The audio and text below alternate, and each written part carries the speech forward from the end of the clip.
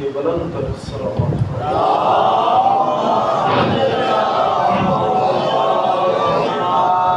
امام زمانہ علیہ السلام کے ظہور میں تعجیل کے لیے بلند تر صلوات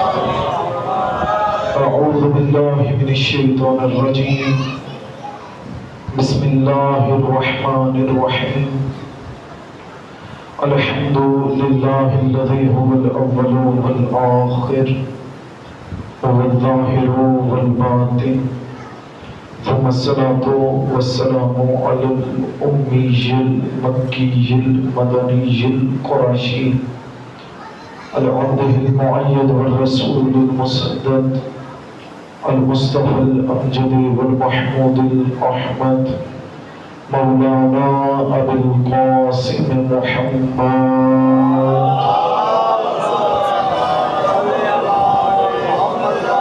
ورحمة الله على أحبابهم ولعنة الله على أعدائهم ملعونين أما بعد فقد قال رسول الله صلى الله عليه وآله وسلم الحسن والحسين سيدا شباب أهل الجنة بلند الصلوات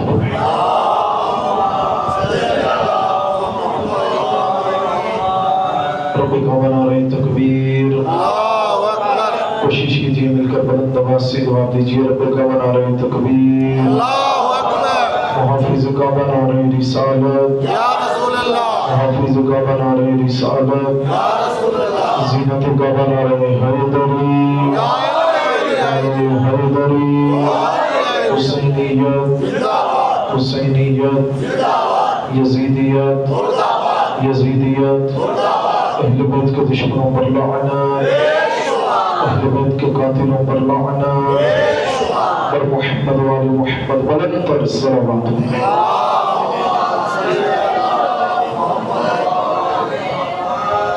تمام تر تعریفیں اس خداوند عالم کے لیے کہ جس خداوند عالم نے ہمیں ایک مرتبہ پھر اس پاک فرشی عزا پہ بیٹھنا نصیب فرمایا۔ صاحبان ایمانی موضوع جو صاحبان یقیناً روزانہ تشریف لا رہے ہیں آپ کو معلوم ہوگا کہ قُلْ لَا أَسْأَلُكُمْ عَلَيْهِ أَجْرًا إِلَّا الْمَوَدَّةَ فِي الْقُرْبَى جو حکم خداوند عالم نے نبی کو دیا، پھر نبی نے تمام مسلمانوں تک یہ حکم پہنچایا کہ میں تم سے کوئی اجر رسالت نہیں مانگتا سوائے اس کے کہ میرے قربا کے ساتھ مودت کرو۔ اب یہ مودت کرنے کا حکم کسی مولا نے نہیں دیا، کسی مولوی نے نہیں دیا، کسی ذاکر نے نہیں دیا، کسی خطیب نے نہیں دیا۔ حکم دینے والا خدا ہے، پہنچانے والا نبی ہے۔ اس کا مطلب یہ ہے کہ گویا خدا یہ چاہتا ہے کہ تم علی سے محبت کرو، زہرا سے محبت کرو، حسن سے محبت کرو اور حسین شہید کربلا سے محبت کرو۔ اب اگر کوئی بھی شخص ان سے محبت کرے، ان سے محبت کرے، ان کی ولایت کو دل و جان سے تسلیم کرے، وہ کوئی نہ ان ہستیوں پہ احسان کر رہا ہے نہ نبی پر احسان کر رہا ہے، بلکہ ایسا سمجھے کہ وہ حکم خدا کو پورا کر رہا ہے۔ کیونکہ ان ہستیوں کو ماننے کا حکم نبی نے بھی اپنی مرضی سے نہیں دیا، بلکہ خدا نے نبی سے کہا تو پھر بھی نبی نے یہ حکم ہمارے تک پہنچایا۔ تو صاحبان ایمانی آج میں چاہتا ہوں کہ کچھ نہ کچھ سیرت امام حسن کے حوالے سے عرض کیا جائے۔ بلند تر صلوات پڑھیں۔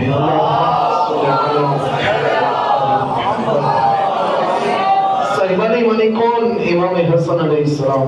ان کے امامت کے حوالے سے میں سمجھتا ہوں ایک ہی جملہ بہت ہوگا کہ پوری کائنات شیعہ سنی دیوبندی کے اختلاف سے بالاتر ہو کر تمام کائنات کے اندر موجود ہر غیرت مند انسان جس کو اپنا امام تسلیم کرتا ہے اسے حسین ابن علی کہتے ہیں، اور خود حسین ابن علی جس شخصیت کو اپنا امام کہے اسے امام حسن کہا جاتا ہے۔ یا ساتھ بیدار رہیے گا، آپ کی سماعتیں میرے ساتھ رہیں۔ کائنات جسے امام مانے، بہت شکریہ، کائنات جسے اپنا امام تسلیم کرے، اپنا امام مانے، اسے امام حسین کہا جاتا ہے، اور وہی حسین جس کو اپنا امام کہے اسے امام حسن کہا جاتا ہے۔ اور عموماً لوگ یہ سوال کرتے ہیں، شیعوں کے مجالس میں امام حسین کا ذکر تو بہت ہوتا ہے لیکن امام حسن کا ذکر بہت کم ہوتا ہے۔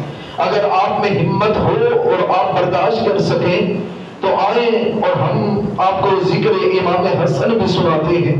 لیکن امام حسن کا جب ذکر ہوتا ہے بڑے بڑے اسلام کے لبادے میں آئے ہوئے چہروں سے پردہ اترنے لگتا ہے، کیونکہ امام حسن مصطفیٰ علیہ السلام کو ماننے کے لیے اور امام حسن کی امامت کو سننے کے لیے کم از کم اپنا امام اچھا ہونا ضروری ہے۔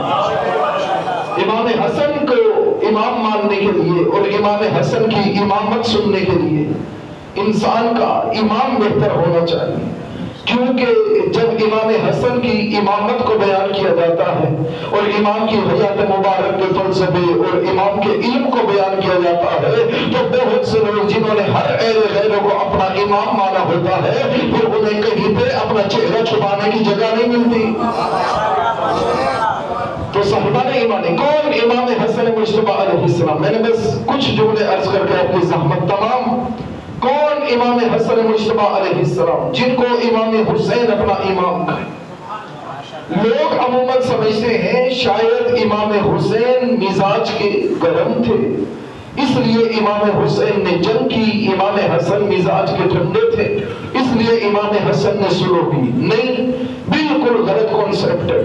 رسول نے فرمایا تھا حسین بھی مجھ سے ہے، حسن بھی مجھ سے ہے۔ اگر امام حسن کے زمانے میں امام حسین بھی ہوتے تو امام حسین بھی سلوک کرتے، اور امام حسین کے زمانے میں اگر امام حسن بھی ہوتے تو امام حسن بھی یہی کام کرتے جو امام حسین نے کیا، کیونکہ نعوذ باللہ من ذالک امام حسن مصطفیٰ علیہ السلام کی سلوک کوئی ان کے مزاج میں نرمی نہیں ہے، کیونکہ امام کے مزاج میں نہ نرمی ہوتی ہے نہ کڑواہٹ ہوتی ہے۔ امام کا مزاج دنیا کے مزاجوں کی طرح نہیں ہوتا، امام کا مزاج خدا خود بنا کے بھیجتا۔ اور امام حسن مصطفیٰ علیہ السلام اگر پورا 1 سال بھی آگ میں شام کے ساتھ جنگ میں رہتے تو ایسا نتیجہ نہ نکلتا جو امام حسن نے صرف 3 شرائط لکھ کر نتیجہ نکال کر پوری دنیا کے سامنے رکھ دیا ہے۔ یا علی، بس اب تمہید ختم، اب آپ کا امتحان شروع ہے، اب آپ نے میرا ساتھ دینا ہے۔ امام حسن کے پاس آیا حاکم شام، حاکم شام امام حسن مصطفیٰ علیہ السلام کے سامنے آیا اور حاکم شام امام حسن کو آ کر کہتا ہے اے حسن مصطفیٰ مجھے تو اسے تخت چاہیے، مجھے تاج چاہیے۔ امام حسن مصطفیٰ علیہ السلام فرماتے ٹھیک ہے مجھے تخت بھی چاہیے، میں تجھے تخت بھی دے دیتا ہوں، اگر تجھے تاج چاہیے میں تجھے تاج بھی دے دیتا ہوں، لیکن میری تو پہلے 3 شرائط ہے۔ اب اس نے کہا ٹھیک ہے حسن مصطفیٰ جو آپ کی 3 شرائط ہے میں آپ کی 3 شرائط ماننے کے لیے تیار ہوں۔ اب یہ امام حسن کے سامنے آیا، یہ کاغذ اور قلم لے کر امام حسن کے سامنے آیا، اس کے ساتھ عمرو بن عاص بھی موجود تھا۔ جب حاکم شام امام حسن مصطفیٰ علیہ السلام کے سامنے آیا اور اس نے آ کر کہا یہ حسن کاغذ اور قلم لے اور اس پر شرائط لکھ، اس وقت امام نے رخ کیا مدینے میں نانے کی قبر کی جانب اور امام مسکرا کے فرماتے ہیں اٹھنا نہ، اپنے حسن کے لڑنے کا انداز دیکھ، جن سے تو نے مانگا تھا انہوں نے تجھے نہیں دیا تھا، آج وہی کاغذ قلم خود سے لے کر تیرے حسن کے دروازے پہ آئے۔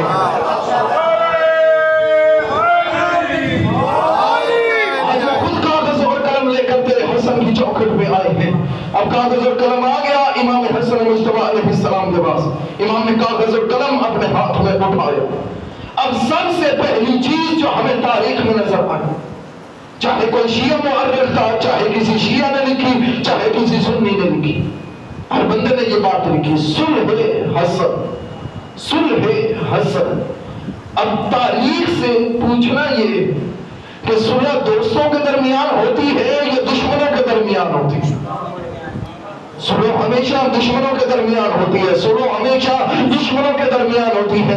اس کا مطلب امام حسن کا دشمن تھا تو امام حسن سے صلح کرنے کے لیے آیا، اور تمام مسلمانوں نے عالم کے ہاں یہ نظریہ موجود ہے، جو کوئی ایک لمحے کے لیے بھی پنجتن کا دشمن بنا ہو وہ کل بھی لعنتی تھا، وہ آج بھی لعنت اللہ ہے۔ اب امام حسن علیہ السلام کے سامنے کاغذ اور قلم لایا گیا، امام حسن نے سب سے پہلی جو صلح لکھی، اس کی جو شرط لکھی، امام حسن نے فرمایا آج کے بعد قرآن اور سنت پہ عمل کیا جائے، آج کے بعد قرآن اور سنت پہ عمل کیا جائے گا۔ اب یہ تخت کا بھوکا تھا، یہ تاج کا بھوکا تھا، اس نے جلدی جلدی نیچے اپنا دستخط کی ہے، اس نے کہا حسن مجتبیٰ مجھے تیری یہ شرط قبول ہے، مجھے تیری یہ شرط منظور ہے۔ امام حسن کے چہرے پر مسکراہٹ آئی، اس نے کہا حسن میں نے تو دستخط کیے ہیں لیکن آپ مسکرا کیوں رہے ہیں؟ امام حسن فرماتا ہے تو جس لیے آیا تھا تیرا وہ مقصد پورا نہیں ہوا۔ اس نے کہا حسن کس طرح مقصد پورا نہیں ہوا؟ امام فرماتے ہیں اس میری شرط کے نیچے دستخط کر کے پورے زمانے کو یہ لکھنے پہ مجبور کر دیا ہے آج سے پہلے نہ تو قرآن پہ عمل کرتا تھا نہ تو سنت پہ عمل کیا کرتا تھا۔ آج سے پہلے نہ تو قرآن پہ عمل کیا کرتا تھا نہ تو سنت پہ عمل کیا کرتا تھا۔ اب اس کے پہلو میں موجود تھا عمرو بن عاص۔ عمرو بن عاص نے کہا حاکم شام سے ایسا کیسے ہو سکتا ہے حسن ہم سے صلح کی شرط لکھوائے اور ہم نہ لکھوائے؟ اب حاکم شام نے عمرو بن عاص کی جانب دیکھا، اچھا ہم بھی شرط لکھو؟ اس نے کہا ہاں بالکل، اگر صلح ہوگی تو برابری بھی ہوگی۔ ایک شرط حسن نے لکھوائی، دوسری شرط ہم لکھواتے۔ اس نے کہا کون سی شرط لکھوائی جائے؟ اس نے کہا جلدی سے لکھواؤ سیرت شیخین پر بھی عمل ہوگا۔ علی سے پہلے جتنی خلافتیں گزری ان سب پر بھی عمل ہوگا۔ اتنا سنت ہے۔ اس نے کہا اچھا اگر ہم یہ شرط لکھوائیں اس کا فائدہ کیا ہوگا؟ اس نے کہا اس کا فائدہ یہ ہوگا کہ کبھی بھی علی کا بیٹا حسن اس شرط کو قبول نہیں کرے گا۔ جب وہ اس شرط کو قبول نہیں کرے گا تو پھر ہم کہیں گے اے حسن اگر تو نے ہماری یہ شرط نہیں مانی تو پھر تو اپنی پہلے والی شرط بھی ہٹ۔ تو لہٰذا ہم لکھواتے ہیں سیرت شیخین پر عمل ہوگا۔ عمرو بن عاص نے اس بات کو، اس مشورے کو حاکم شام نے قبول کیا۔ اس نے نیچے دوسری شرط لکھوائی، اس نے کہا حسن لکھ دے کہ سیرت شیخین پر بھی عمل ہوگا۔ امام حسن مجتبیٰ علیہ السلام مسکرا کر فرماتے ہیں لکھ دو۔ اس نے کہا ہاں حسن میں کہہ رہا ہوں آپ لکھ دیں۔ امام حسن فرماتے ہیں نہ لکھوا۔ اس نے کہا نہیں حسن لکھ یہ میری طرف سے شرط ہے۔ امام حسن فرماتے ہیں اگر میں نے لکھ دی میں مٹاؤں گا نہیں۔ اس نے کہا ہاں حسن میں مٹوانے کے لیے لکھوا بھی نہیں رہا، میں تو چاہتا ہوں کہ آپ لکھیں۔ امام حسن فرماتے ہیں سوچ لیں۔ اس نے کہا ہاں حسن میں نے سوچ لیا۔ اب امام حسن نے کاغذ اور قلم اٹھایا۔ امام فرماتے ہیں سیرت شیخین پر بھی عمل ہوگا۔ اب نیچے اس نے دستخط کر دیے۔ امام فرماتے ہیں اے حاکم شام سن لے تو ہار گیا حسن جیت گیا۔ اس نے کہا وہ کیسے؟ امام نے فرمایا میں نے پہلی شرط لکھوائی تھی آج کے بعد قرآن اور سنت پہ عمل ہوگا، نیچے دوسری شرط الگ سے سیرت شیخین پر عمل ہوگا۔ یہ لکھوا کے تم نے ثابت کر دیا ہے وہ بھی نہ قرآن پہ عمل کرتے تھے نہ سنت پہ عمل کیا کرتے تھے۔ صرف تو نہیں، تیرے ساتھ وہ بھی نہ قرآن پہ عمل کیا کرتے تھے اور نہ ہی وہ سنت پہ عمل کیا کرتے تھے۔ اتنا سننا تھا کہ اس نے کہا حسن تیسری شرط، اس کے چہرے پہ موت کی زردی آئی۔ امام حسن نے نیچے تیسری شرط، امام حسن نے فرمایا تو میرے پاس اس لیے آیا کہ میں تجھے تخت دے دوں؟ اس نے کہا ہاں حسن اس لیے آیا ہوں۔ امام فرماتے تو اس لیے آیا ہے میں تجھے تاج دے دوں؟ اس نے کہا ہاں حسن اس لیے آیا ہوں۔ اب امام حسن مجتبیٰ علیہ السلام کے چہرے پر جلال آیا۔ امام نے نیچے تیسری شرط لکھنا شروع کی۔ امام تیسری شرط لکھتے ہیں آج کے بعد کوئی بھی میرے بابا علی کے خلاف بکواس نہیں کیا کرے گا، آج کے بعد کوئی بھی میرے بابا علی کو نہیں بھونکے گا۔ تیسری شرط لکھنے کے بعد امام نے یہ جملہ کہا اور امام کہتے ہیں جا میرے باپ کی جوتی کا صدقہ ہے اٹھا کر اپنے گھر لے جا، میں نے تجھے یہ حکومت بھی دے دی، میں نے تجھے یہ تخت بھی دے دی۔ اب امام حسن یہ 3 شرائط لکھوانے کے بعد امام حسن وہاں سے چلے. اب پیچھے عمرو بن عاص موجود. اس نے کہا یہ کیا ہو گیا؟ ہم نے تو حسن کو بلایا تھا کہ ہم کچھ نہ کچھ اور ہی آج ارادہ تھا ان کا. انہوں نے کہا ہمارا تو ارادہ تھا کہ ہرگز ہم نے حسن کی کوئی بات نہیں مانی، لیکن یہ کیا ہو گیا؟ حسن ہمارے ہاتھوں کو قیدی کر کے چلو. اور کس قدر پھنسی اور دلیل چلتے ہیں.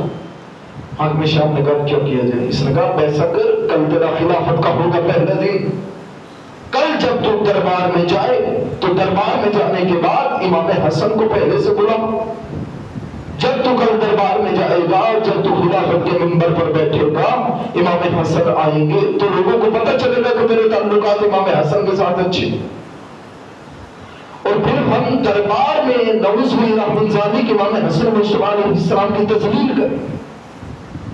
آپ میں شام نے کہا ٹھیک ہے، مجھے تیرا یہ مشورہ قبول ہے. اب اس نے امام حسن کے پاس پیغام بھجوایا کل آپ دربار میں آئیں گے. امام حسن نے فرمایا ٹھیک ہے میں دربار میں آؤں گا. اب اگلا دن ہوا، یہ پہلے دربار میں جا کر جو اس کے نزدیک منبر تھا یہ اس پہ بیٹھ گئے. اب یہ گیا اور جا کر منبر پہ بیٹھا. اس نے اپنے ساتھ مزید لوگوں کو بلوایا. اس نے کہا تم ادھر میرے پاس بیٹھ جاؤ. ان کی کرسی اپنے تخت کے قریب لگوائی. اس نے کہا تم ان پر بیٹھ جاؤ. اور جب حسن اس دربار میں آئے، خبردار سب سے پہلا کام تمہارا یہ ہے تم نے اٹھ کر امام حسن کا استقبال نہیں کرنا. جب حسن دربار میں آئے گا کوئی بھی اسے کھڑا ہو کر نہ سلام کرے گا نہ حسن کا استقبال کرے گا. اسے پتہ چل جائے گا کہ اب حکومت میری نہیں ہے. اور تم نے دوسرا کام یہ کرنا ہے، جب حسن آئے تم نے حسن کے سامنے کھڑے ہو کر میرے خاندان کے اور میرے فضائل پڑھنے شروع کر دیں. کتنا بدبخت انسان تھا جو کہہ کے اپنے فضائل پڑھوا رہا تھا. اور اس سے بھی زیادہ اس کے لیے ڈوب مرنے کا مقام تب پایا جب اس نے کہا تم میرے فضائل پڑھنا. اور پوری ذمہ داری سے کہہ رہا ہوں، تاریخ میں یہ جملہ موجود ہے، جو اس کے ساتھ سپاہی تھے انہوں نے کہا بتا کون سے فضائل پڑھے. اس سے زیادہ بھی کوئی ڈوب مرنے کا مقام ہے. انہوں نے کہا بتا کون سے فضائل پڑھے. اس نے کہا یہی کہہ دینا بڑے قبیلے والے ہیں، بڑے جتھے والے ہیں، بڑے دولت والے ہیں. انہوں نے کہا ٹھیک ہے ہم یہ فضائل پڑھتے. اب اگلا دن ہوا، امام حسن مصطفیٰ علیہ السلام صبح جب یہ اپنے تخت پر بیٹھا ہے، اس کے ارد گرد 7 لوگ مزید بھی جمع ہیں. اب یہ اپنے تخت پر بیٹھا تھا. امام حسن مصطفیٰ نے دربار کی جانب چلنا شروع کیا. اب جب امام حسن مصطفیٰ علیہ السلام کا پہلا قدم دربار میں آیا، اب آؤ اور آ کر امام کی حالت دیکھو، منظر دیکھو. امام کس انداز سے دربار میں داخل ہوئے. امام کے سر پر رسول والا امامہ، انما ولیکم اللہ کے انگوٹھے ابو طالب کے ابا کاندھوں پہ لیے ہوئے، لا فتح الا ذوالفقار کی تلوار اپنے ہاتھوں میں لیے ہوئے. جیسے امام حسن کا پہلا قدم دربار میں آیا، وہ جو دوسروں کو منع کر رہا تھا سب سے پہلے اپنے تخت سے اٹھا، کہتا السلام علیک یا حسن ابن علی، اے حسن ابن علی تجھ پہ میرا سلام ہو. اس کے ساتھوں لوگ اپنی کرسیوں سے کھڑے ہوئے. انہوں نے کہا اب تک تو ہمیں منع کر رہا تھا، اب خود کیوں کھڑا ہوا؟ اس نے کہا مجھے حسن کے پروردگار کی قسم ہے، حسن کا پہلا قدم دربار میں آیا، حسن کے پیچھے ایک آگ کا دیو آ رہا تھا، جس کے ہاتھوں میں آگ کا تازیانہ تھا. اس نے میرے کان سے پکڑ کے کہا کھڑا ہو، دیکھ نہیں رہا تیرے دربار میں حسن چل کے آئے گا.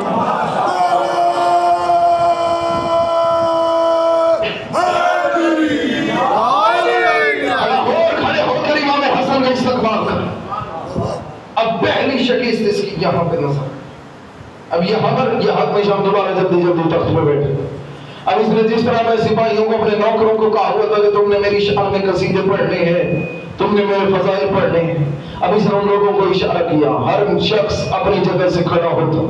کوئی کہتا یہ بڑے قبیلے والے ہیں، کوئی کہتا یہ بڑے جتھے والے ہیں، کوئی کہتا بڑے روب دبدبے والے ہیں، کوئی کہتا بڑے پیسے والے ہیں، بڑی دولت والے ہیں. لیکن کمال کی بات یہ ہے وہ اس کے فضائل پڑھ رہے ہیں، امام حسن مسکرا رہے ہیں.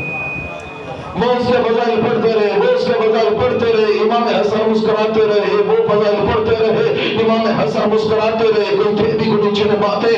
اب جب وہ تھک گئے اپنی جگہوں پہ بیٹھ گئے. اب امام حسن اپنی جگہ سے کھڑے ہوئے. امام حسن دربار کی جانب دیکھ کے فرماتے ہیں اے فلاں ابن فلاں، اے فلاں ابن فلاں، اے فلاں ابن فلاں، اے فلاں ابن فلاں، اے فلاں ابن فلاں، اے فلاں ابن فلاں، اے فلاں ابن فلاں، تم نے میرے سامنے اس کے فضائل پڑھے ہیں. آؤ میں حسن ابن علی پورے دربار کے سامنے اپنے بابا علی سے لے کر آدم تک، اپنی ماں زہرا سے لے کر حوا تک، سب کا ایک ایک کا شجرہ بھی بتاتا ہوں، کردار بھی بتاتا ہوں. اگر تم میں سے کسی میں جرت ہو دربار کے سامنے نہیں، میرے کان میں آ کے ماؤں کا کردار بیان کر کے دکھاؤ. میں پورے دربار کے سامنے اپنے پورے آبا و اجداد کا شجرہ بیان کرتا ہوں. اگر تم میں سے کسی میں جرت ہو تو میرے کان میں آ کر اپنی ماں کے کردار بیان کر کے دکھاؤ. ان لوگوں میں بالکل خاموشی چھا گئی، بالکل بولنے کی ضرورت ختم. ابھی امام یہ بات کر ہی رہے تھے کہ امام حسن مجتبی علیہ السلام نے ایک خطبہ ارشاد فرمایا. امام فرماتے ہیں اے عرب کے ماحول کے ٹوٹے ہوئے شجروں کی ٹوٹی ہوئی شاخوں کے ٹوٹے ہوئے پتوں. نہیں تھوڑا بیدار، پچھلا مجمع بھی تھوڑا سا بیدار ہو. اے عرب کے ماحول کے ٹوٹے ہوئے شجروں کی ٹوٹی ہوئی شاخوں کے ٹوٹے ہوئے پتوں، اے گندگی پہ اگنے والے پودوں، اے گندگی پہ اگنے والے پودوں، تم کیا جانو کہ میں حسن ابن علی کون ہوں؟ انا ابن مکہ ومنا، انا ابن زمزم والصفا، انا ابن من حمل ركنا باطراف الرضا، انا ابن من حج ونبى، انا ابن محمد المصطفى، انا ابن خدیجہ الکبریٰ، انا ابن علی المرتضى، انا ابن فاطمة الزهراء، انا ابن مكي البدري الخيبري الخندقي الهاشمي، انا ابن خيبري، انا ابن خندقي، انا ابن امير المؤمنين، انا ابن قاتل المشركين والناقصين والقاسطين.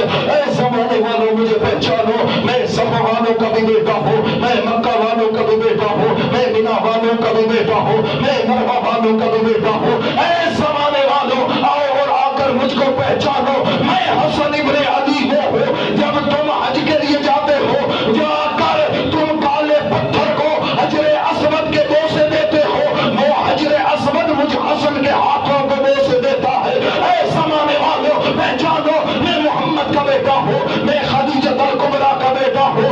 وہ جس کے لمبے لمبے دسترخوان دیکھ کر تمہارے آبا و اجداد نے کلمے پڑھے تھے، میں اسی خدیجہ کا بیٹا ہوں، میں اسی فاطمہ کا بیٹا ہوں جس کے استقبال میں محمد جیسا نبی کھڑا ہو جاتا تھا. اے زمانے والوں پہچانو، میں امیر المؤمنین کا بیٹا ہوں، میں باب العلوم کا بیٹا ہوں، میں تاجدار اولیاء کا بیٹا ہوں، میں ثابت قدم کا بیٹا ہوں، میں جامع القرآن کا بیٹا ہوں، میں ہندال مشکلات کا بیٹا ہوں، میں خیبر کا بیٹا ہوں، میں خیبر شکن کا بیٹا ہوں، میں دار العلوم کا بیٹا ہوں، میں ذاکر اکبر کا بیٹا ہوں، میں رہبر و رہنما کا بیٹا ہوں، میں زینت محراب و منبر کا بیٹا ہوں، میں ساقی کوثر کا بیٹا ہوں، میں شافع معاشر کا بیٹا ہوں، میں صدیق اکبر کا بیٹا ہوں، میں ضامن روز جزا کا بیٹا ہوں، میں طاہر و اطہر کا بیٹا ہوں، میں ظاہر و اظہر کا بیٹا ہوں، میں علی کا بیٹا ہوں، میں غضنفر کا بیٹا ہوں، میں فاروق اعظم کا بیٹا ہوں. اس کے بعد امام فرماتے ہیں یاد رکھیں زمانہ،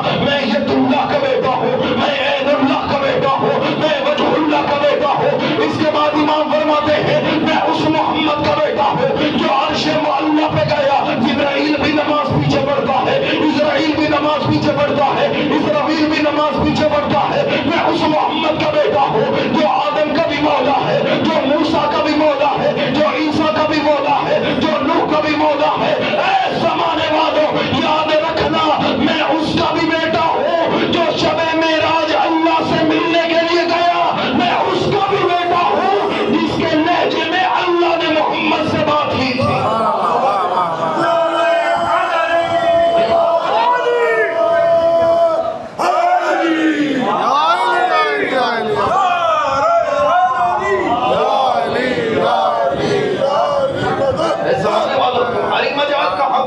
حسن ابن علی کا مقام سمجھ سکتے، ہمارا مقام و منزلت تمہاری سوچوں میں آنے والا نہیں ہے. اے زمانے والوں پہچانو میں کون ہوں. اتنا کہنے کے بعد امام حسن مجتبی علیہ السلام ابھی یہ فضائل پڑھ ہی رہے تھے کہ اتنی دیر میں پیچھے سے ایک ملعون کھڑا ہوا. اس نے جیسے علی مولا کو گالی دی, امام اس کی جانب دیکھ کے فرماتے ہیں اے فلاں ابن فلاں, میرے بابا کو گالی دینے والے, تو اسی کا بیٹا مشہور ہے نا جو تجھ سے بھی 2 سال چھوٹا ہے. تو زمانے میں اسی کا بیٹا مشہور ہے جو تجھ سے بھی 2 سال چھوٹا ہے. میں اگر چاہوں عراق کو شام کروں, شام کو عراق کروں. اب میں نے دیکھا ہے کس کی توجہ ہے امام حسن کی جانب. امام فرما رہے ہیں میں چاہوں عراق کو شام کر لوں, میں چاہوں شام کو عراق کروں, میں چاہوں مکہ کو مدینہ کروں, میں چاہوں مدینے کو مکہ کروں. ابھی امام یہ کہہ رہے تھے, امام مسکرا کے فرماتے ہیں اگر میں چاہوں مرد کو عورت کروں. نہیں تھوڑا بیدار, پچھلے صاحبان تھوڑا بیدار, اپنی موجودگی کا احساس دلائیے گا.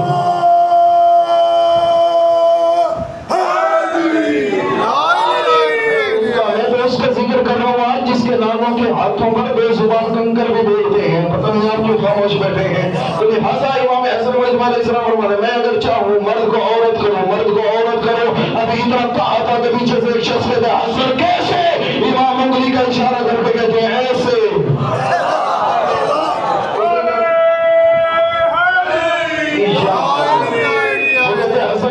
امام انگلی کا اشارہ کر کے کہتے ہیں ایسے. اٹھا تھا بیٹھ گئی. نہیں تھوڑا.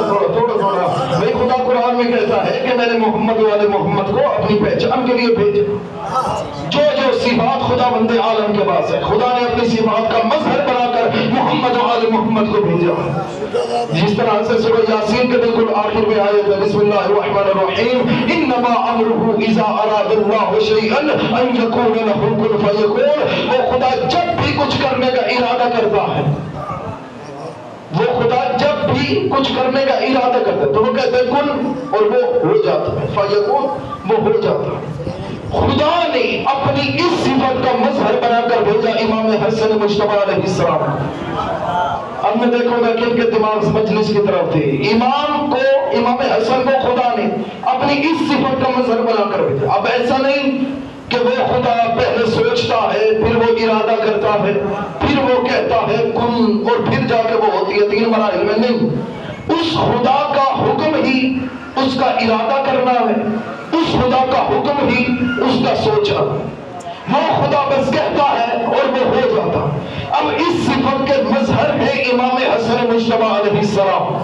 اس لیے دربار میں آ کر امام نے پہلے کوئی دعا نہیں مانگی, اس لیے امام نے دربار میں آ کر پہلے مصلی عبادت نہیں بچھایا, بلکہ امام نے کہا ایسے اور وہ ہو گئی. امام نے کہا ایسے ہو گئی. وہ اٹھا تھا بیٹھ گئی, آیا تھا چلی گئی. اب پتہ نہیں کون ہے جو جملہ سمجھے گا. آیا تھا چلی گئی. اب وہ اپنی جگہ سے کھڑی ہوئی اور جلدی جانے لگی, جلدی جانے لگی.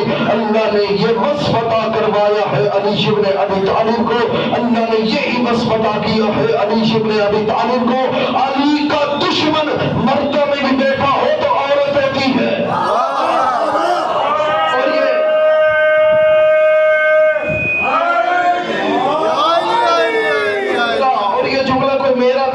یہ جملہ میرا نہیں ہے بلکہ خود رسول خدا کا جملہ ہے. کل میں علم اسے دوں گا جو مرد ہوگا, جو مرد ہوگا, جو مرد ہوگا. اب جا کر رسول خدا سے پوچھیں یا رسول اللہ بظاہر ان کی مونچھیں بھی ہیں, بظاہر ان کی داڑیاں بھی ہیں, اور آپ کہہ رہے کل علم اسے دوں گا جو مرد ہوگا. اب جا کر ہم نے تاریخ میں دیکھا پوری رات مسلمان صحابہ ہمیں مصلی عبادت پہ نظر آئے, دعائیں کرتے رہے اے میرے اللہ کل علم مجھے دے دینا, اے میرے اللہ کل علم مجھے دے دینا, اے میرے اللہ کل علم مجھے دے دینا.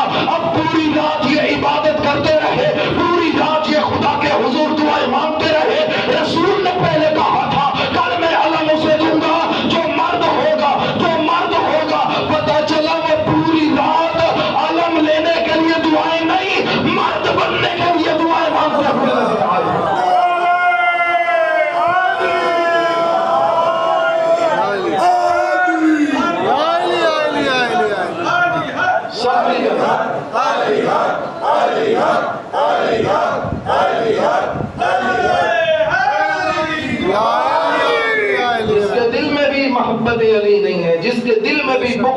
علی ابن ابی طالب ہے وہ مرد نہیں ہے، وہ عورت ہے۔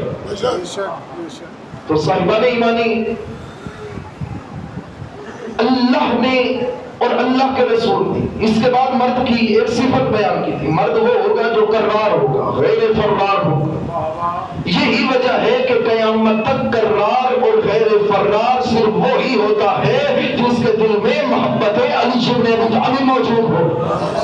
اور یہ بات اب پورے زمانے بھر نے دیکھ لی ہے کہ وہ بڑی بڑی مسلمان حکومتوں کے بڑے بڑے سردار جو یہ دعویٰ کیا کرتے تھے ہم محمد کے وارث بھی ہیں، جو یہ دعویٰ کیا کرتے تھے یقیناً ہم محمد کی آل میں سے بھی ہیں، تو صاحبان ایمانی جب ٹرمپ نے اور نیتنیاہو نے مل کر حملہ کیا اور مسلمانوں پر ظلم کرنے شروع کیے تو ایک ہی تھا جو علی کا بیٹا تھا جس نے مرد میدان بن کر زمانے کو بتا دیا ہے تم نامردوں کی اولادیں ہو، تمہارا کام ہے فرار ہونا، اب میدان میں وہی رکے گا جس کی لہو میں علی ابن ابی طالب کا خون ہوگا۔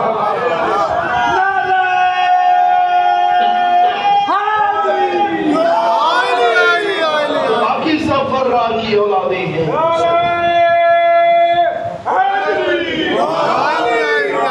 سید علی خامنائی علی ابن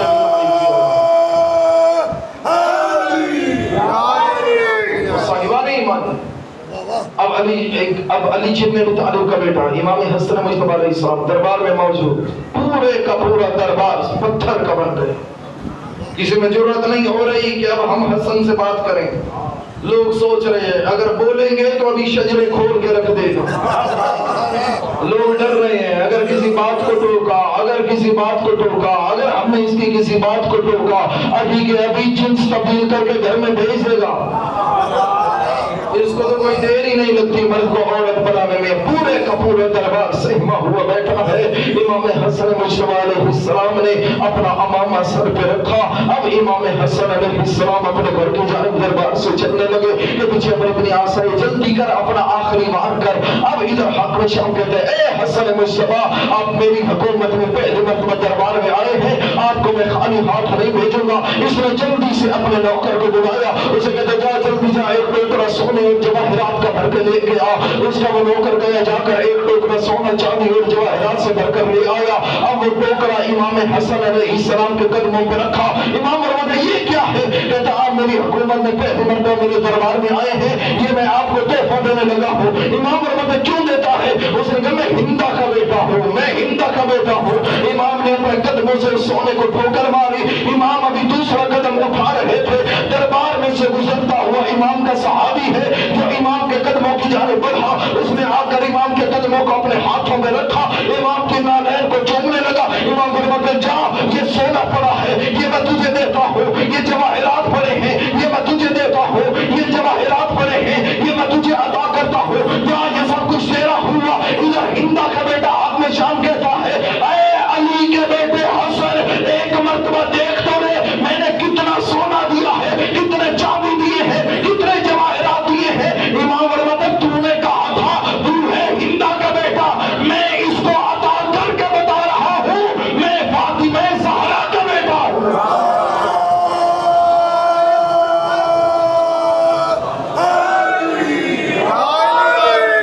اگر جگر چبانے والی کا بیٹا ہے تو میں اپنے دشمنوں کو بھی عطا کرنے والی زہرا کا بیٹا ہوں۔ تو مال جمع کرنے والی کا بیٹا ہے، میں دنیا کو مال عطا کرنے والی کا بیٹا ہوں۔ تجھے مال و دولت میں رغبت ہے، تو چاہتا ہے تیرے پاس مال و دولت ہو، لیکن آپ پہچان میں حسن مجتبی چاہتا ہوں جو کچھ بھی ہو بس راہ خدا میں خرچ کرتا رہوں۔ تو صاحبان ایمان اب امام حسن علیہ السلام باہر چلے اور امام حسن مجتبی علیہ السلام گھر میں تشریف لائے۔ یہ وہ امام ہے جس نے زمانے کو بتایا اے زمانے والوں یاد رکھنا اگر محمد کا حقیقی وارث دیکھنا ہے تو مجھ حسن مجتبی کی جانب دیکھو۔ اور یہ بات خود تاریخ نے ثابت کی ہے کہ جب حاکم اول رسول خدا کی رحلت کے بعد جب حاکم اول آیا اور رسول خدا کے تخت پر بیٹھا، اور میں ایک اور مسئلہ بھی یہاں پر عرض کرتا چلوں، منبر امام کے پاس ہوتا، جو کوئی بھی بظاہر منبر پر بیٹھے وہ ہر صاحب منبر نہیں ہوتا، یہ ضروری نہیں کہ اب جو بھی شخص ممبر پہ بیٹھ جائے اس کا مطلب وہ ممبر پہ بیٹھے، نہیں۔ اور یہ بات بھی امام حسن مجتبی علیہ السلام نے دربار میں سے نکلنے سے پہلے امام نے اس بات کو ثابت کی۔ دو اماموں نے اس بات کو ثابت کیا، ایک امام حسن مجتبی علیہ السلام نے اور دوسرا امام حضرت زین العابدین علیہ السلام نے، دونوں اماموں نے اس بات کو ثابت کی۔ اب جب امام حسن مجتبی علیہ السلام دربار سے باہر نکل رہے تھے تو امام نے ایک مرتبہ پیچھے دیکھا تو حاکم شاہ ممبر پہ بیٹھا تھا۔ امام نے فرمایا ادھر اس لکڑیوں کے ڈھیر سے۔ اب وہ بیٹھا ہے ممبر پہ، امام کہہ رہے ہیں ادھر اس لکڑیوں کے ڈھیر سے۔ چلیں تاریخ کو ایک اور موقع سے بھی ہم دیکھتے ہیں۔ امام زین العابدین علیہ السلام جب یزید کے دربار میں آئے تو یزید کے دربار میں امام چہارم نے آنے کے بعد امام نے جب یزید کی جانب دیکھا تو ایک مرتبہ امام نے فرمایا اے یزید ابن فلاں، اجازت ہے میں تیرے اس لکڑیوں کے ڈھیر پہ آؤں؟ اب بھائی پہلے حاکم شام بھی سمجھتا ہے وہ ممبر پہ بیٹھا ہے، اب یہ یزید بھی سمجھ رہا ہے کہ یہ ممبر پہ بیٹھا ہے۔ آل محمد کے مزاج کے بھی کیا کہنے، ممبر بنانے پہ آئے تو پالانوں کا بنا لیتے ہیں، نہ مانے تو اچھے خاصے ممبر کو ممبر نہیں کہتے، لکڑیوں کا ڈھیر کہتے ہیں۔ بھائی وجہ کیا ہے؟ جاؤ اور جا کر تاریخ میں دیکھو، ہر ممبر ممبر نہیں ہوتا، ممبر وہ ہوتا ہے جہاں سے بھی ولایت محمد و آل محمد کو بیان کیا جائے۔ اور امام نے ہمیں بتایا جس بھی ممبر پہ بیٹھ کر خطیب محمد و آل محمد کے خلاف بکواس کرے وہ ممبر نہیں ہوتا، وہ لکڑیوں کا ڈھیر ہوا کرتا ہے۔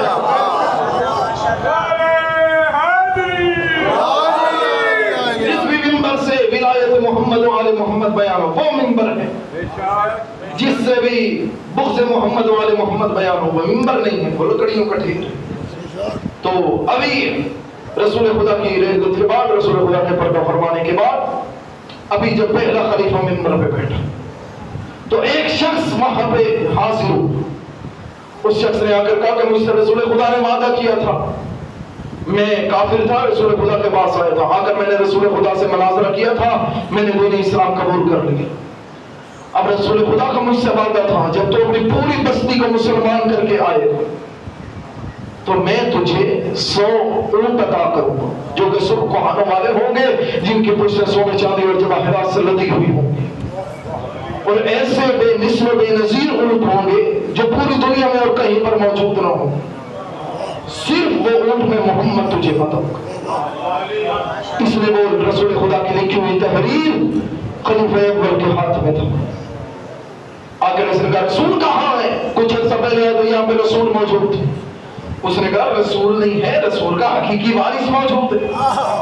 اس نے کہا اچھا اگر آپ ہی حقیقی وارث ہیں تو یہ پرچی پڑھی۔ اس نے پڑھا، اس نے کہا اچھا یہ رسول نے لکھ کے دیا، رسول تو اب چلے گئے۔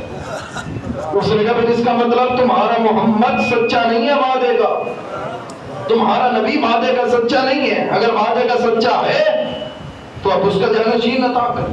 اس نے کہا نہیں، جانشین نے کہاں سے عطا کرنا؟ اس نے کہا یہ بھی میں نے رسول سے کہا تھا یا رسول اللہ اگر میں آؤں، زندگی موت خدا کے ہاتھ میں ہے، اگر آپ موجود نہ ہوں تو پھر کس سے دوں، کس سے میں وہ لوں سرخ کوہانوں والے 100 اونٹ؟ تو رسول خدا نے فرمایا تھا میرے حقیقی جانشین سے دے۔ اب تیرا دعویٰ ہے کہ تو حقیقی جانشین ہے تو مجھے یہ عطا کر۔ اس نے کہا بھائی میں ایسے بے مثل و بے نظیر اونٹ کہاں سے لے کر؟ اس نے دوسرے کو دی، دوسرے نے تیسرے کو، تیسرے نے چوتھے کو، پرچی جلدی جلدی پھر سے یہاں تک پہنچی۔ اس نے کہا بھائی معذرت میں آپ کو یہ اونٹ نہیں دے سکتا۔ اس نے کہا اس کا مطلب محمد کا دعویٰ جھوٹا تھا۔ اس نے کہا جس نے دعویٰ کیا اب جا اسی سے جا کر لے۔ جیسے یہ بات اس نے سنی، اب اس شخص نے اپنی پرچی اس کے ہاتھوں سے لی، اب یہ واپس باہر چلا اور اس نے باہر نکلتے ہوئے ایک جملہ کہا۔ اس نے کہا ہائے ہو مجھ پر، کاش میں نے محمد کا دین قبول ہی نہ کیا ہوتا۔ جن کا نبی سچا نہیں ہے ان کا دین اسلام کہاں پہ سچا ہوگا؟ ابھی جیسے اس نے یہ جملہ کہا قریبی جناب سلمان محمد موجود تھے، جناب سلمان محمد مسکرائے اور اس کا ہاتھ پکڑ کے کہتے ہیں حقیقی جانشین کے پاس خود نہیں جاتا اور تم کہ محمد کے دین کو جھوٹا رہا ہے، جاؤ اور جا کر محمد کا حقیقی جانشین تلاش کر۔ اس نے کہا کون ہے؟ اتنا سننا تھا کہ سلمان محمد ہی کہتے ہیں اپنے گھر میں موجود ہے۔ اس نے کہا چلو پھر جلدی مجھے اس کے گھر پہ لے کے جا۔ اب امام حسن مجتبی علیہ السلام بھی گھر میں موجود تھے۔ کہ ادھر جناب سلمان محمدی نے اس کا ہاتھ پکڑا اور جیسے لے کر جناب سیدہ کی دہلیز کی جانب بڑھے تو منظر عجیب دیکھا، امام علی بھی باہر دروازے پہ موجود ہے اور 5 سال کا حسن بھی باہر دروازے پہ موجود ہے۔ جیسے اس کو آتے ہوئے دیکھا، جیسے اس کو امام حسن نے آتے ہوئے دیکھا، اب امام حسن آگے بڑھے اور امام حسن کہتے ہیں کیا تجھ سے رسول نے کوئی وعدہ کیا تھا؟ نہیں، تھوڑا بیدار پچھلا مجموعہ، آپ بھی تھوڑا بیدار رہیے۔ امام حسن فرماتے تجھ سے میرے نانا نے کوئی وعدہ کیا تھا؟ اب اس کے چہرے پر فوراً حیرت، وہ کہتا تھا میں ہوں حقیقی وارث۔ اس نے کہا محمد لوز بندہ من ذالک اپنا دعویٰ نہیں پورا کر کے گئے، جاؤ نہیں سے کرو۔ اب میں اس کے پاس آیا ہوں، میں نے ابھی اس سے کوئی بات نہیں کی، یہ خود مجھ سے کہہ رہے ہیں کہ کوئی رسول خدا نے تو اس سے وعدہ کیا۔ اس نے کہا ہاں وعدہ کیا۔ امام حسن مجتبیٰ علیہ السلام فرماتے ہیں تو میں نے ایسا کر جلدی کر، وہ سامنے پہاڑ موجود ہے، پہاڑ میں ایک رسی موجود ہے، اس رسی کو پکڑ کے چلنا شروع کر دے، جو وعدہ تھا وہ پورا ہو جائے گا۔ اس نے کہا اے 5 سال کے بچے، ابھی اس نے تیسری مرتبہ بچے کا لفظ استعمال کیا۔ امام حسن مجتبیٰ علیہ السلام فرما رہے ہیں مجھے بچہ کہہ رہا ہے، میں وعدہ بتاؤں کیا کیا تھا میرے نانا نے؟ میں بتاؤں کیا وعدہ کیا تھا؟ اب میں بتاؤں پھر تو کس طرح سے دربار میں گیا، میں بتاؤں کس طرح سے انہوں نے تیرا وعدہ پورا نہیں کیا؟ ادھر سنت ہے، اس نے کہا ہاں بتائیے۔ امام حسن فرماتے میرے نانا نے تم سے وعدہ کیا تھا تجھے 100 اونٹ عطا کریں گے جن کی سب کوہانے ہوں گی، جن کے اوپر سونے چاندی اور جواہرات موجود ہوں گے، جو بے مثل بے نظیر ہوں گے، جن کا کوئی اور ثانی اس کائنات میں موجود نہ ہوگا۔ اتنا سننا تھا۔ اس نے کہا ہاں بالکل یہ عبادت تھا۔ امام حسن فرماتے پھر اپنا ٹائم ضائع نہ کر، جلدی سے جاؤ، جا کر ان اونٹوں کو نکالنا شروع کر دے، لیکن ایک بات یاد رکھنا، پیچھے مڑ کے نہ دیکھنا، پیچھے مڑ کے نہ دیکھنا۔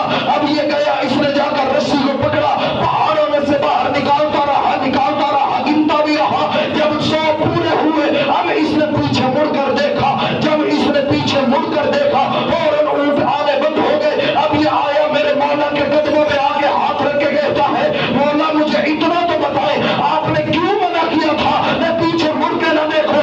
امام حسن فرماتے میں نے اس لیے کہا تھا پیچھے مڑ کے نہ دیکھنا، اگر تو پیچھے مڑ کے نہ دیکھتا بروز محشر ایک طرف آدم کی نسل ہوتی، دوسری طرف مجھ حسن کی عطا موجود ہوتی۔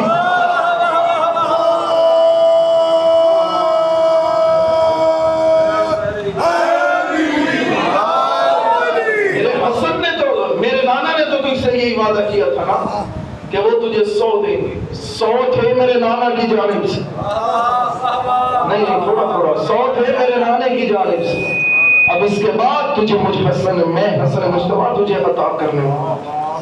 تو لہٰذا ایک مرتبہ امام حسن مجتبیٰ علیہ السلام، بس بالکل مختصر وقت میں اور آپ کی زحمت تمام، امام حسن مجتبیٰ علیہ السلام رسول خدا کی گود میں موجود ہے۔ مسجد نبی کا منظر ہے کہ سامنے کوئی عیسائی آیا، اس نے آ کر کہا یا رسول اللہ آپ سے سوال کرنا چاہتا ہوں۔ رسول خدا فرماتے ٹھیک ہے تو مجھ سے سوال کر، لیکن آج تیرے سوال کا جواب میں محمد نہیں دوں گا بلکہ میری گودی میں بیٹھا 3 سال کا حسن جواب دے گا۔ اب اس نے کہا یا رسول اللہ اگر جواب نہیں آتا آپ انکار کر دیں، مجھے جواب نہیں آتا، لیکن یہ تو کوئی طریقہ نہیں ہے، میرا سوال بڑا مشکل ہے اور آپ کہہ رہے ہیں 3 سال کا حسن جواب دے گا۔ یا رسول اللہ یہ تو ابھی بچہ ہے، یہ تو ابھی بچہ ہے۔ امام حسن اس کی جانب دیکھ کے فرماتے ہیں تو مجھے بچہ کہہ رہا ہے، میں وہ سوال بتاؤں جو تو گھر میں سوچ کے آیا ہے، میں چاہوں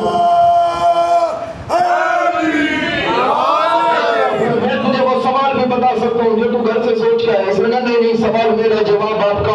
اب یہ کہتے ہیں اے حسن ابن علی آپ مجھے اتنا بتائیں کائنات کے اندر وہ کون سے 10 گن ہوتے ہیں جو بظاہر ایک دوسرے سے کم نظر آتی ہیں لیکن ان کا اثر پہلی سے زیادہ ہوتا ہے؟ اے حسن ابن علی کیا بتا سکتے ہیں؟ امام حسن مجتبیٰ مسکرائے اور مسکرا کے فرماتے ہیں یاد رکھ اس کائنات میں سب سے زیادہ سخت چیز ہے پتھر، پتھر سے زیادہ سخت ہے وہ لوہا جو اس پتھر کو توڑ دیتا ہے، لوہے سے زیادہ سخت ہے آگ جو اس لوہے کو پگھلا دیتی ہے، آگ سے زیادہ سخت ہے وہ پانی جو اس آگ کو بجھا دیتا ہے، پانی سے زیادہ سخت ہے وہ بادل جو اس پانی کو اپنے اندر لیے پھرتے ہیں، ان بادلوں سے زیادہ سخت ہے وہ ہوا جو ان بادلوں کو اپنے اوپر لیے پھرتی ہے، ان بادلوں سے زیادہ سخت ہے وہ ہوا جو ان بادلوں کو لیے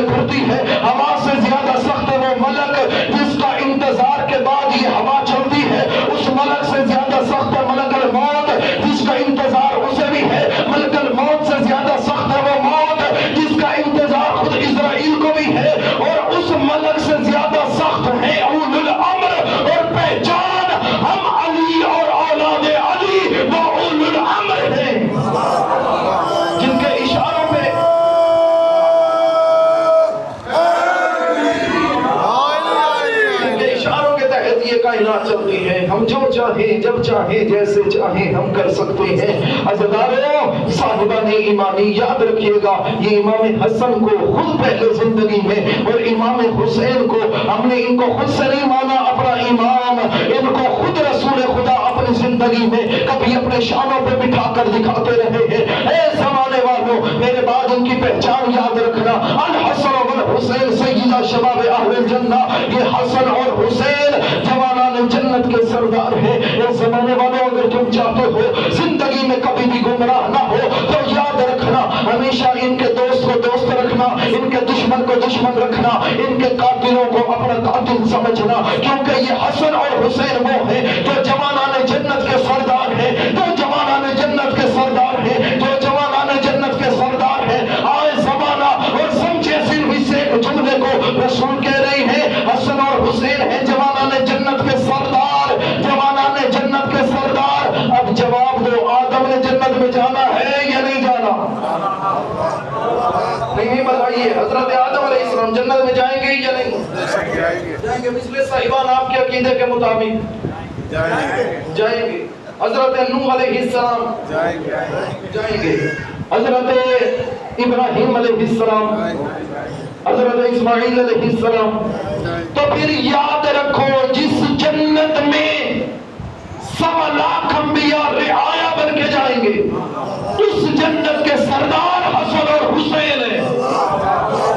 اس زمانے میں کہنے والے نہیں اہل بیت کا مقام ہے لیکن یہ انبیاء کے سردار نہیں ہے۔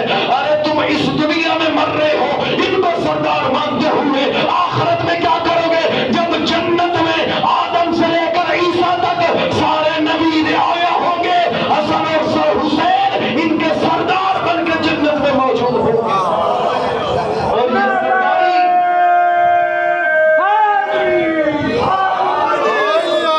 اور یہ امام حسن اور امام حسین کو سرداری تو نے میں نے عطا نہیں کی، سرداری جس نے عطا کی اسے یا خدا کہتے ہیں یا نبی کہتے ہیں۔ ان کو سردار بنا کر زمانے کو ان کا مقام و منزلت خود رسول خدا دکھاتے ہیں۔ اور میں نے جو آیت پڑھی قُلْ لَا أَسْأَلُكُمْ عَلَيْهِ أَجْرًا إِلَّا الْمَوَدَّةَ فِي الْقُرْبَى، یہ مودت کا تقاضا ہے۔ جن سے ہم نے مودت کرنی ہے یہ مودت کا تقاضا ہے، مودت سے پہلے محبت کا بھی یہ تقاضا ہے، تو پھر مودت میں تو کئی درجے بڑھ کر یہ بات تقاضا کرتی ہے کہ جو ان کا دشمن ہو ان کو اپنا دشمن تسلیم کرنا، جو ان کا دشمن ہے ان کو اپنا دشمن سمجھنا، جو ان کا قاتل ہے اس سے اظہار براءت کرنا، یہ مودت ہے۔ اور یہ کسی مولوی کا کہنا نہیں، یہ خود خدا کا کہنا ہے۔ قُلْ لَا أَسْأَلُكُمْ عَلَيْهِ أَجْرًا إِلَّا الْمَوَدَّةَ فِي الْقُرْبَى۔ کیا وجہ ہے اللہ نے قرآن میں محبت کا لفظ استعمال نہیں کیا؟ مودت کیوں کہا ہے؟ مودت کا مطلب کیا ہے؟ آج کیونکہ تقریر بالکل آخری مراحل میں ہے تو میں چاہتا ہوں یہ جملہ بھی عرض کرتا چلوں۔ مودت کسے کہتے ہیں؟ محبت کسے کہتے ہیں؟ محبت وہ ہے جو ہم اپنی اولاد کے لیے کرتے ہیں، محبت وہ ہے جو ہم اپنے والدین سے کرتے ہیں، محبت وہ ہے جو ہم اپنے بینک بیلنس سے کرتے ہیں، محبت وہ ہے جو ہم اپنی گاڑیوں سے کرتے ہیں۔ یاد رکھیں زمانہ جہاں پر دنیا کی سب محبتیں ختم ہو جائیں وہاں سے حسین ابن علی کی محبت کا آغاز ہوتا ہے۔